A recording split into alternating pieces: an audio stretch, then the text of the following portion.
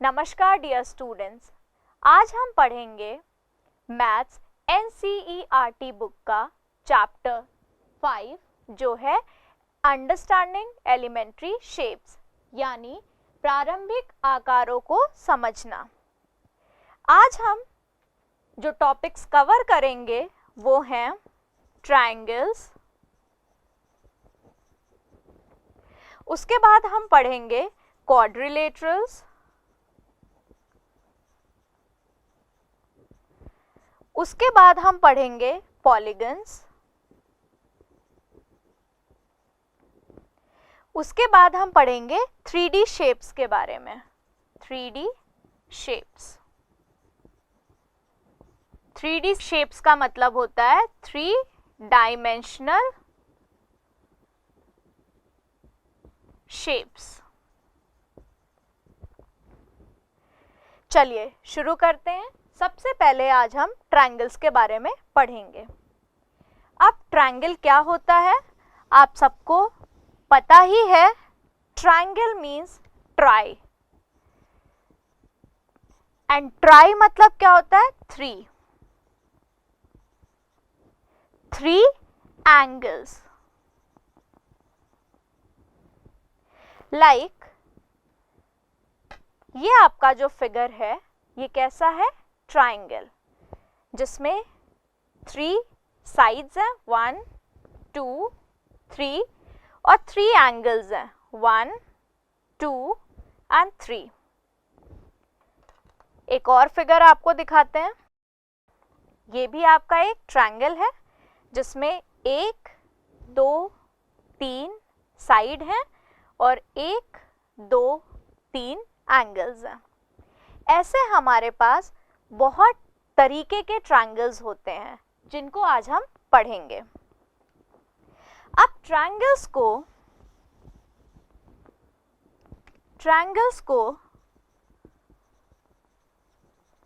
2 basis पे divide किया गया है। एक तो साइड के बेसिस पे और एंगल्स के बेसिस पे। साइड के बेसिस पे पहला होता है स्केलिन ट्रायंगल। स्केलिन ट्रायंगल क्या होता है? जिसकी कोई भी साइड इक्वल नहीं होती है। कोई भी साइड इक्वल नहीं होती है।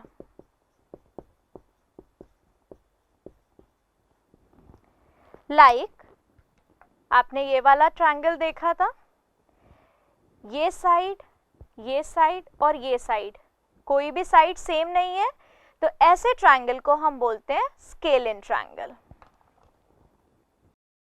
मान लीजिए एक ये ट्रायंगल है आपका जिसकी साइड है 3 सेंटीमीटर, 10 सेंटीमीटर, 11 सेंटीमीटर। तो आप देख रहे होंगे तीनों साइड अलग अलग है। जब भी तीनों साइड अलग अलग होती है ऐसे ट्रायंगल को हम बोलते हैं स्केलिन ट्रायंगल। दूसरा हम पढ़ेंगे आइसोसेलेस ट्रायंगल के बारे में। आइसोसेलेस ट्रायंगल, इसमें आपके 2 साइड, कोई भी 2 साइड इक्वल होते हैं।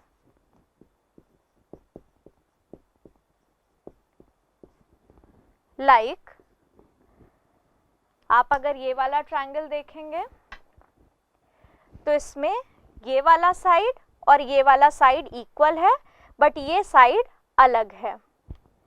मैं फिगर बना देती हूं एक एग्जाम्पल के लिए।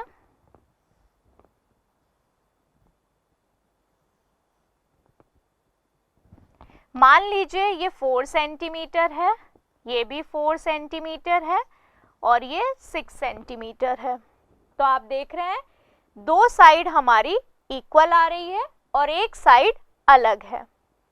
ठीक है, सो ऐसे ट्रायंगल को हम क्या बोलते हैं? Isosceles triangle. एक और एग्जाम्पल आपको देते हैं।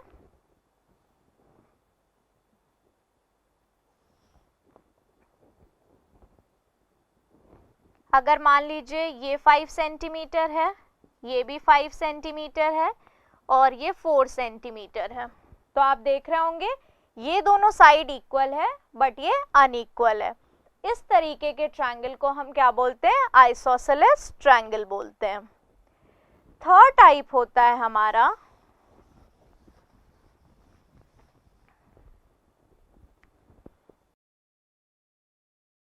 Equilateral triangle. इक्विलेटरल ट्रायंगल, इसमें आपके तीनों साइड इक्वल होते हैं। All 3 sides are equal. For example,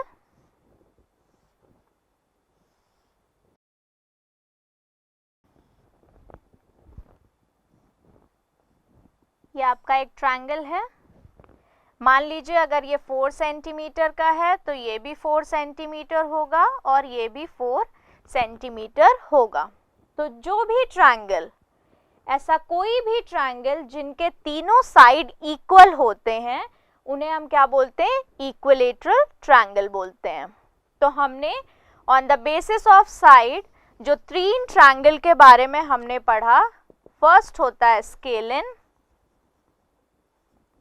second होता है आइसोसेलेस और थर्ड होता है आपका इक्विलेटरल ट्रायंगल। अब साइड्स के बेसिस पे तो हमने पढ़ लिया, अब हम पढ़ेंगे एंगल्स के बेसिस पे। सबसे पहला होता है आपका अक्यूट एंगल्ड ट्रायंगल। अब हम देखते हैं अक्यूट एंगल ट्रायंगल का मतलब क्या होता है। कोई भी ट्रायंगल जिनकी तीनों साइड 90 डिग्री से छोटी हो और 0 डिग्री से बड़ी हो, ऐसे ट्रायंगल को हम बोलते हैं acute angle triangle. For example, ये आपका 50 डिग्री है, ठीक है, ये आपका 60 डिग्री है और ये आपका 70 डिग्री है। अब आप देख रहे हैं जो तीनों एंगल हमने लिया है वो 90 डिग्री से छोटा है। जो भी एंगल आपका 90 डिग्री से छोटा होता है और 0 डिग्री से बड़ा होता है, उसे हम अक्यूट एंगल बोलते हैं। ये आपको पहले पढ़ाया है मैंने। तो यहाँ पे तीनों एंगल आपके 90 से छोटे हैं, तीनों अक्यूट एंगल हैं, इसलिए इस ट्रायंगल को हम क्या बोलेंगे? Acute angled triangle. I hope आपको ये क्लियर हो गया होगा। दूसरा हम देखेंगे ऑब्ट्यूज एंगल्ड ट्रायंगल। अब सबसे पहले ऑब्ट्यूज एंगल क्या होता है वो समझ लें। ऑब्ट्यूज एंगल जिसमें एंगल 90 डिग्री से बड़ा और 180 से छोटा होता है, उसे हम क्या बोलते हैं? Obtuse angle. अब ट्रायंगल के बेसिस में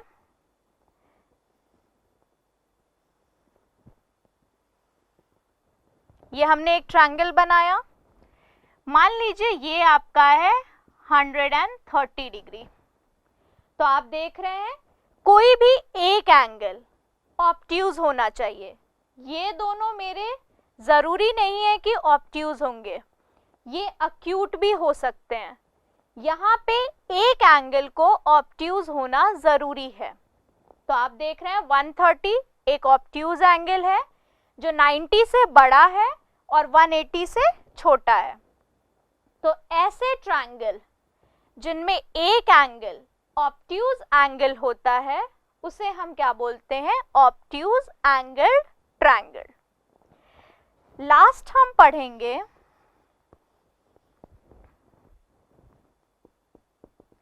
राइट एंगल्ड ट्रायंगल की। राइट मतलब 90 डिग्री। मतलब जो भी ट्रायंगल हम लेंगे, अगर उसमें एक एंगल आपका 90 डिग्री है,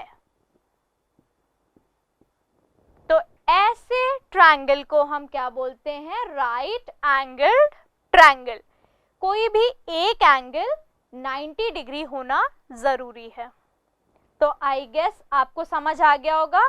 on the basis of side हमारा स्केलिन ट्रायंगल है, आइसोसेलेस ट्रायंगल है, इक्विलेटरल ट्रायंगल है, and on the basis of angles हमारे पास acute angle है, acute angle triangle, then obtuse angle triangle,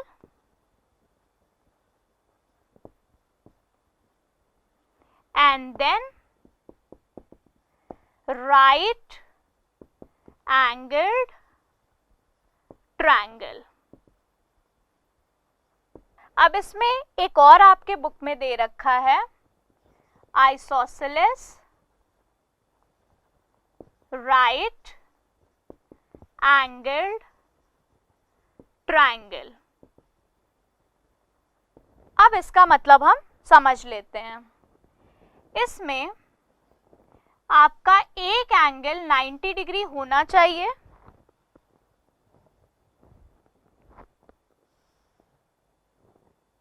ये एक एंगल आपका 90 डिग्री हो गया। और आइसोसेलेस का मतलब होता है दो साइड इक्वल होनी चाहिए। तो लेट अस सपोज अगर ये 5 सेंटीमीटर है तो ये भी 5 सेंटीमीटर होगा। 90 डिग्री के सामने वाली साइड हमेशा सबसे लंबी साइड होती है, तो वो इन दोनों के इक्वल नहीं हो सकती है। तो आइसोसेलेस राइट एंगल ट्रायंगल का मतलब 90 डिग्री एक होना चाहिए और दो साइड आपकी इक्वल होनी चाहिए। आई होप आपको ट्रायंगल्स का ये टॉपिक समझ आ गया होगा। अब हम बढ़ते हैं क्वाड्रिलेटरल्स पर।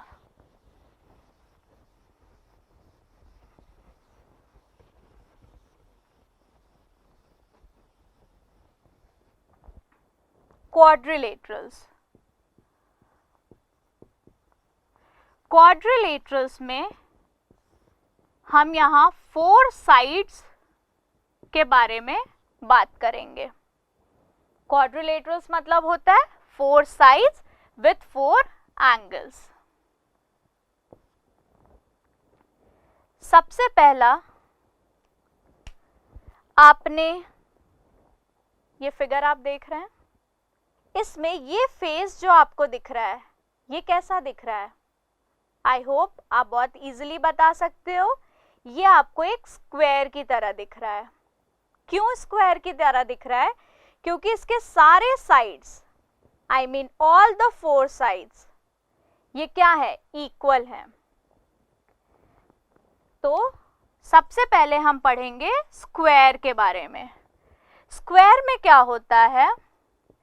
All the 4 sides are equal। Figure बना रही हूं, लाइक ये अगर 2 सेंटीमीटर है, ये भी 2 सेंटीमीटर होगा, ये भी साइड 2 सेंटीमीटर होगा, ये भी साइड आपका 2 सेंटीमीटर होगा। तो ये आपका क्या है? स्क्वायर है। अब स्क्वायर में डायगोनल्स भी होते हैं। डायगोनल्स मतलब ये ऑपोजिट वर्टेक्स को जो मीट करते हैं उन्हें हम क्या बोलते हैं? डायगोनल्स। तो स्क्वायर के जो डायगोनल्स होते हैं वो भी इक्वल होते हैं। सो फर्स्ट पॉइंट ये हो गया। सेकंड है diagonals of square are equal. तो पहली चीज हो गई all the 4 sides are equal, and दूसरी चीज हो गई diagonals of squares are equal. तीसरा होगा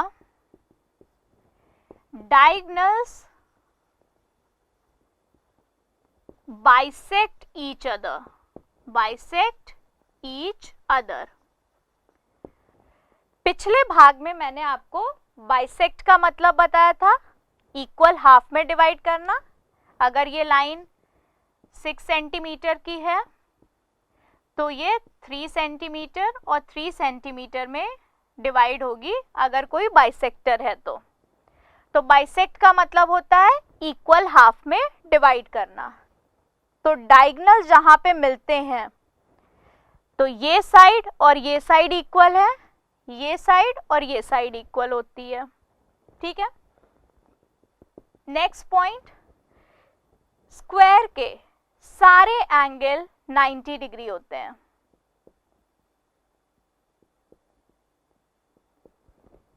all the angles in square are 90 degree. सारे एंगल स्क्वायर के 90 डिग्री होते हैं। मैं एक बार बड़ा फिगर बना देती हूं। ये आपका स्क्वायर है, इसके सारे एंगल 90 डिग्री होंगे।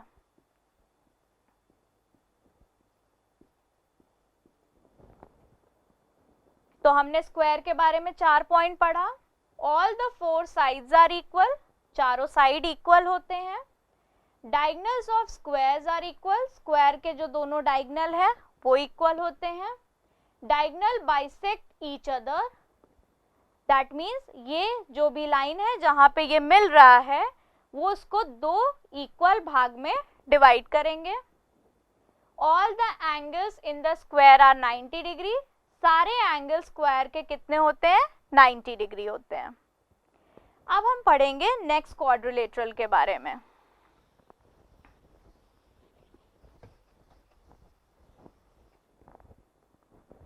जो कि है हमारा रेक्टेंगल।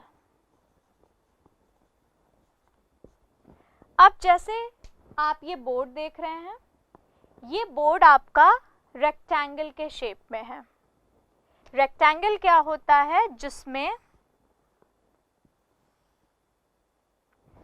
ऑपोजिट साइड, ऑपोजिट मतलब आमने सामने वाली साइड, ये इक्वल होते हैं। अगर ये 5 सेंटीमीटर है तो ये भी आपका 5 सेंटीमीटर होगा। अगर ये 2 सेंटीमीटर है तो इसके जस्ट सामने वाली साइड भी 2 सेंटीमीटर ही होगी, ठीक है। ऐसे हम रेक्टेंगल में आप देख रहे होंगे ये बोर्ड की लेंथ और नीचे वाली बोर्ड की लेंथ ये इक्वल होगी, और इस साइड बोर्ड की लेंथ और वो वाले साइड बोर्ड की लेंथ इक्वल होगी। तो इसलिए इस शेप को हम क्या बोलेंगे? रेक्टेंगल बोलेंगे। अगर मैं आपको ये फिगर दिखाऊं, इस फेस के बारे में अगर हम सिर्फ बात करें तो ये साइड इस साइड के बराबर है, ये साइड इस साइड के बराबर है, जिसे हम लेंथ भी बोल सकते हैं और इसे हम ब्रेथ बोल सकते हैं। ऐसा ज़रूरी नहीं है कि इसे हम लेंथ नहीं बोल सकते हैं। अगर मैं फिगर ऐसे कर दूं तो ये भी लेंथ हो सकता है, ये ब्रेथ हो सकता है, तो ये डिपेंड करता है। अब रेक्टेंगल की प्रॉपर्टीज के बारे में पढ़ते हैं। सबसे पहले ऑपोजिट साइड्स आर इक्वल, जो मैंने आपको बता दिया, ऑपोजिट साइड इक्वल होता है। Second, all the angles are 90 degree, all the angles are 90 degree। ये भी 90, ये भी 90, ये भी 90 और ये भी 90।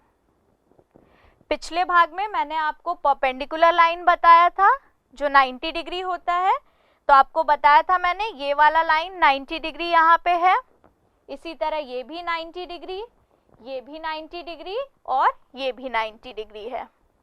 तो रेक्टेंगल में भी सारे एंगल्स 90 डिग्री होते हैं। Third point, diagonals are equal. आप चाहे ये वाला डायगोनल ले लें या फिर ये वाला डायगोनल ले लें, दे आर इक्वल। एंड इसमें भी फोर्थ पॉइंट में diagonals bisect each other. Bisect का मतलब बताया है, जहां पे ये मिल रहे हैं ये लेंथ और ये लेंथ इक्वल होगी, ये लेंथ और ये लेंथ इक्वल होगी। सो आई होप रेक्टेंगल की चारों प्रॉपर्टी आपको समझ आ गई होगी। अब हम बढ़ते हैं अपने नेक्स्ट क्वाड्रिलेटरल पे।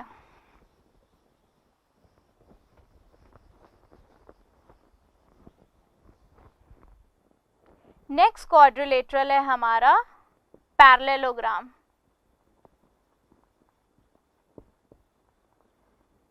अब पैरेललोग्राम में क्या होता है,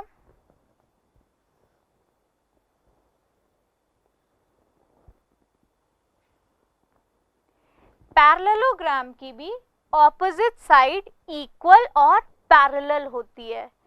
पैरेलल के बारे में आपने चैप्टर 4 में पढ़ा है। पैरेलल लाइंस क्या होती हैं, जैसे अगर मैंने ये दोनों लाइन बनाई, इनके बीच की जो डिस्टेंस है ये सेम होती है, तो उनको हम क्या बोलते हैं, पैरेलल लाइंस। तो यहाँ पैरेललोग्राम टर्म ही कहाँ से आया है, क्योंकि इनकी ऑपोजिट साइड पैरेलल होती है। स्क्वायर और रेक्टेंगल में भी पैरेलल होती है। सो यहाँ पे पैरेललोग्राम में अगर हम देखें तो ऑपोजिट साइड इनकी पैरेलल है और इक्वल भी है। तो यहाँ फर्स्ट पॉइंट हम लिखेंगे, opposite sides are equal and parallel.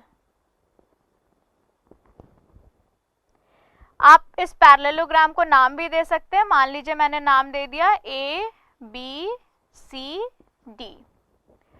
एक चीज जो ध्यान रखनी है हमें सारे क्वाड्रिलेटरल में, जब भी हम नाम देते हैं तो एक ऑर्डर में देते हैं, साइक्लिक ऑर्डर में। चाहे वो इस तरीके से नाम दें या फिर इस तरीके से दें। आप ऐसे नहीं लिख सकते हो ए बी और सी डी, ये नहीं लिख सकते हो parallelogram A B C D, नहीं। क्यों? क्योंकि ए बी और उसके बाद आप यहाँ आ रहे हो। इसको क्या लिख सकते हो, parallelogram A B D C, एक ऑर्डर में हम लिखते हैं। या फिर हम लिख सकते हैं पैरेललोग्राम सी डी बी ए, एक ऑर्डर में लिखना है। चाहे आप ऐसे लिखो या फिर आप ऐसे लिखो, कहीं से भी स्टार्ट कर सकते हो। आप यहाँ से भी स्टार्ट कर सकते हो डी सी ए बी या फिर डी बी ए सी, ठीक है। तो हमेशा हम पैरेललोग्राम या कोई भी क्वाड्रिलेटरल को एक ऑर्डर में लिखते हैं। तो यहाँ ए बी सी डी। तो पहला हमने क्या पढ़ा, opposite sides are equal and parallel. A B equals to D C and A D is equals to B C. They are equal as well as parallel. Second, opposite angles are equal. अब opposite angle क्या होता है, अगर ये angle A है, इसके सामने ये वाला एंगल है opposite, तो एंगल A एंगल C के बराबर होगा, एंगल B एंगल D के बराबर होगा, ठीक है। इसलिए मैंने लिखा है opposite angles are equal. Angle A angle C के बराबर, angle A is equals to angle C and angle B is equals to angle D। आपने चैप्टर 4 में एंगल्स लिखना सीखा है, तो यहाँ पे हम लिख सकते हैं opposite angles are equal. Third property होती है diagonals are not equal. Parallelogram के डायगोनल्स कभी भी इक्वल नहीं होते हैं। तो आई होप पैरेललोग्राम से रिलेटेड आपको ये प्रॉपर्टी समझ आ गई होंगी। अब हम पढ़ेंगे रोम्बस के बारे में।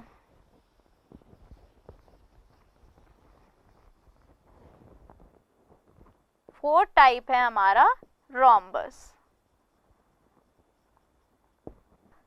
अब रोम्बस का शेप देखिए,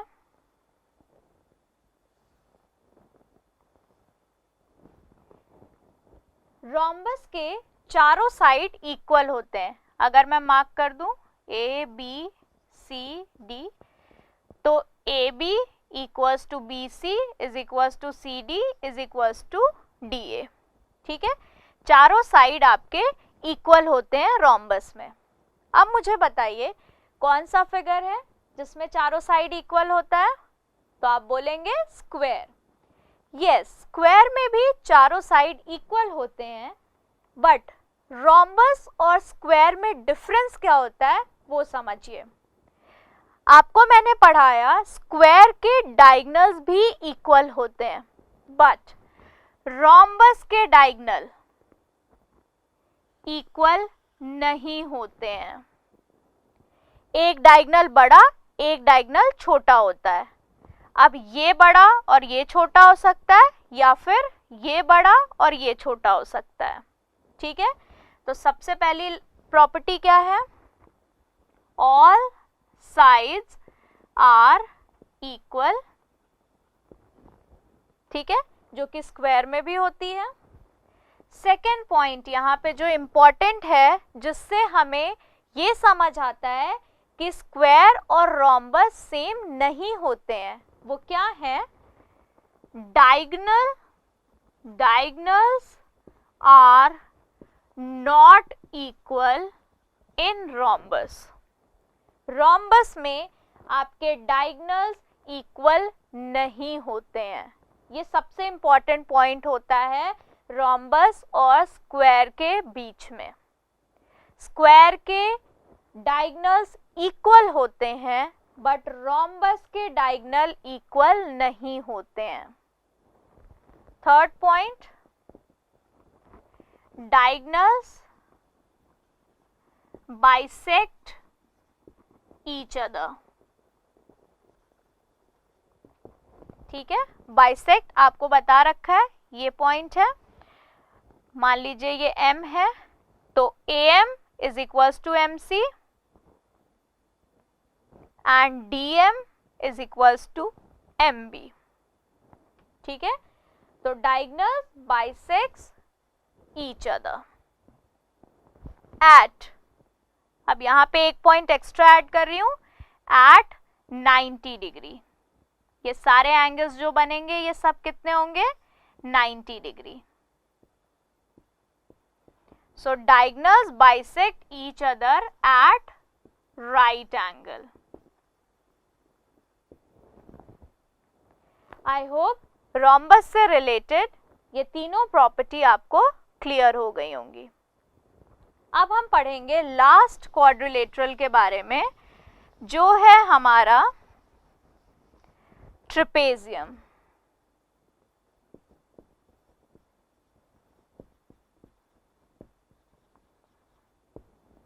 ट्रेपेजियम, अब ट्रेपेजियम कैसा फिगर होता है?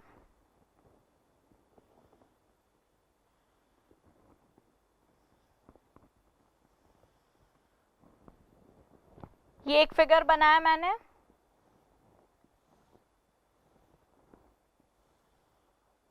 ये एक दूसरा फिगर बनाया। अब ये दोनों फिगर को हम ट्रेपेजियम बोल सकते हैं। इसको मैं थोड़ा सा और ऊपर कर दे रही हूं। अब ये दोनों फिगर हमारे ट्रेपेजियम है। कैसे हैं? ट्रेपेजियम में one pair of parallel side होता है, one pair of parallel side. अब देखिए, ये एक साइड है और ये एक साइड है। इन दोनों के बीच, साइड के बीच में जो गैप है वो बिल्कुल इक्वल है। ये साइड इस साइड के पैरेलल है। अगर मैं मार्क कर दूं P, Q, R, S, तो PQ पैरेलल है SR से। PQ is parallel to SR। So trapezium की सबसे पहली प्रॉपर्टी, one pair of parallel side. कोई भी एक पेयर होता है पैरेलल साइड का। इस ट्रेपेजियम में देखें तो this is parallel to this side, और जो दो साइड बच गई वो होती है नॉन पैरेलल साइड। जो दो साइड आपकी ये रह गई हैं, इधर PS और QR रह गया, इधर ये और ये साइड रह गई, इनको हम बोलेंगे नॉन पैरेलल साइड। सो ट्रेपेजियम में एक पेयर ऑफ पैरेलल साइड होता है। ये सबसे इंपॉर्टेंट प्रॉपर्टी होती है ट्रेपेजियम की, ठीक है। अब इसमें फिलहाल आपके बुक में एक यही प्रॉपर्टी है, इसके डायगोनल्स भी इक्वल नहीं होते हैं, ठीक है। और यहाँ पे आप लिख दीजिए डायगोनल्स आर नॉट इक्वल, ठीक है। तो हमें ये दो प्रॉपर्टी ही पढ़नी है। ट्रेपेजियम में one pair of parallel side, कोई भी एक पेयर पैरेलल साइड का रहेगा, और इसके भी डायगोनल्स इक्वल नहीं होते हैं। सो आई होप ट्रेपेजियम आपको समझ आ गया होगा। आज हमने सबसे पहले ट्रायंगल्स के बारे में पढ़ा, जिसमें हमने ट्रायंगल को साइड्स और एंगल्स के बेसिस पे डिवाइड किया था। फिर हमने क्वाड्रिलेटरल्स के बारे में पढ़ा, जिसमें हमने 5 तरीके के क्वाड्रिलेटरल के बारे में पढ़ा: square, rectangle, rhombus, parallelogram and trapezium. अपने नेक्स्ट भाग में हम पॉलीगन्स और 3D शेप्स के बारे में पढ़ेंगे।